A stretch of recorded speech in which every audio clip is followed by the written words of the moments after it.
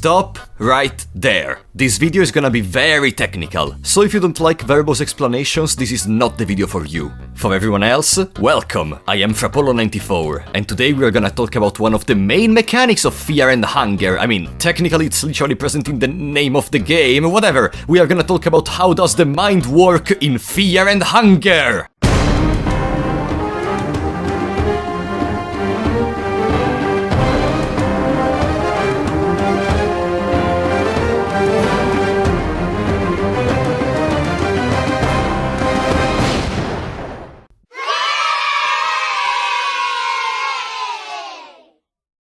There are various events in which the mind is involved, and we are gonna try to analyze each one of them one at a time, starting from the most iconic one, losing mind with time. Which, on the surface, may appear very simple, right? The more the time passes, the more your mind goes down. Well, this is not technically incorrect, but it's also pretty generic. But no worries, cause I'm here to explain, so let's go deeper into this. And to do it, we have to talk about a very important concept. All the maps of the dungeon are divided into different areas by certain switches which will get activated once you walk into certain zones. Or even just if you change the map.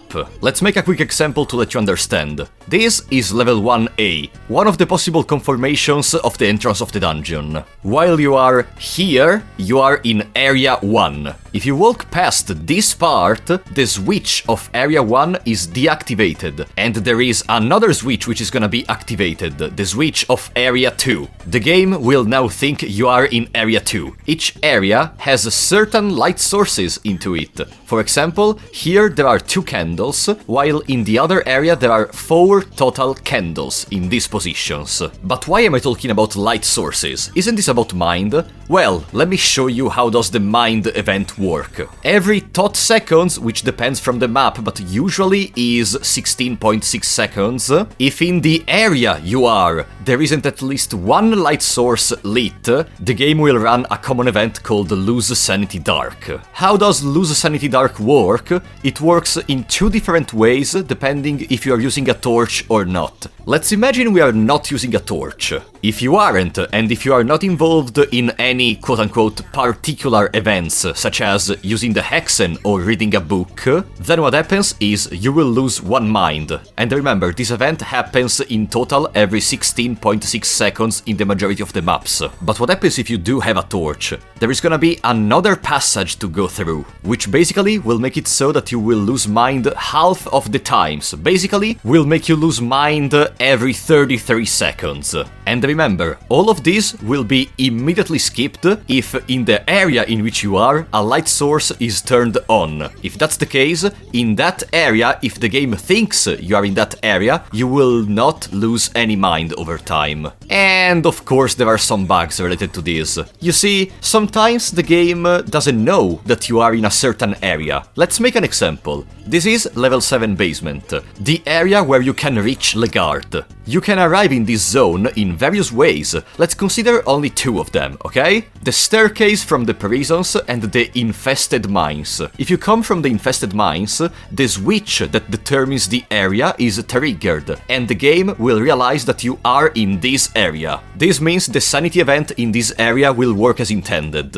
But if you come from the staircase, the switch is not gonna be triggered. So, unless it was already activated somewhere else, the game does not know at all that you are here, and there will be no sanity checks. Let's make another simplified example to see if you understood. If you reach the infested mines from the hole in the Cave Dweller village, the game will not think you are in the infested mines. What does this mean? That you will not suffer any sanity-related event. So, to summarize everything we said up to now, sanity works like this. If in the area the game thinks you are in, there are no light sources lit, the event Lose Sanity Dark will happen every 16.6 seconds. If you aren't using a torch and aren't involved in special events, everyone loses 1 mind. Otherwise, if you have a torch, you will lose mind half of the times. And remember, this event only happens inside the dungeon zones, not in the outside sections of it. In fact, in those sections there are are no sanity checks at all. Everything I said up to now is true until you enter into the city of Mahabre. You see, there is a peculiarity in Mahabre zones. While you are in a street and not in a building, it isn't anymore Lose Sanity Dark the event. It's another event called Lose Sanity Mahabre, which skips completely the check for the torch. Basically, if you have or don't have the torch in here, it doesn't matter. You're gonna lose mind every 30 seconds. And also, in the majority of the zones of Mahabre, this will happen every 13.3 seconds. Except for some parts, such as the Tower of the Endless in the past, where it's gonna be every 20 seconds. This is the first event I wanted to talk about related to mind. Now, while the majority of people knows you can lose mind by passing time in the dungeon, some people don't know there is another event related to mind. Regain mind with time. There is an event tile called Regain Sanity. If at least one light source of the zone the game thinks you are in is active, there is an event called Regain Sanity, which does... nothing. Huh? It's just nothing. It doesn't do anything. Yeah, it is like this for the majority of the zones, but wait, I said the majority. There are some zones which have some peculiarities, we may say. The first one I want to talk about is the back alleys. There is still the event every 13.3 seconds, which is gonna reduce your mind, but there is also something else. Every 6.66 seconds, all the party is gonna gain 1 mind. And if you understand where I'm going into, you are literally able to regen mind, because you gain mind at a faster rate than losing mind. With enough time, you can use this zone to go always to 100 mind. And this is not the only zone. For example, in the entrance of the fortress, every 6.66 seconds, your starting character is gonna gain 1 mind. Maybe because being near the escape makes you feel better? And something similar is gonna happen even in the infested mines if this light is turned on. In that case, everyone will regen mind similarly to the back alleys. These are all the mind-related time events which can happen in the game. There is another part, though, of mind events, which is related to where you are. Characters going insane. While you explore the dungeon, if you surpass 7 specific points of the map, while a party member has less than 70 mind, or less than 50 mind if they already had a moment like this, then there is gonna be a special scene happening. These 7 spots are Torture Chamber Zone, the Mines, the Infested Mines, the Cave Dweller Huts, Level 7 Basement, a building from Mahabre in the present, and the Tower of the Endless in the present. How does this special scene work? In this scene, the characters will want to back off for a little bit and just rest in that room. And dependently from what you say or from what characters you have in your party, the outcome may change. Let's start from the people that you have in your party. There are some one-time interactions which will happen only 1 time per run, depending from who is leaving and who you have in the party. Want an example? Ragnavaldr has a particular scene if you have Enki in your party in that moment. Enki will prevent it so that Ragnavaldr leaves the party 1 time per run.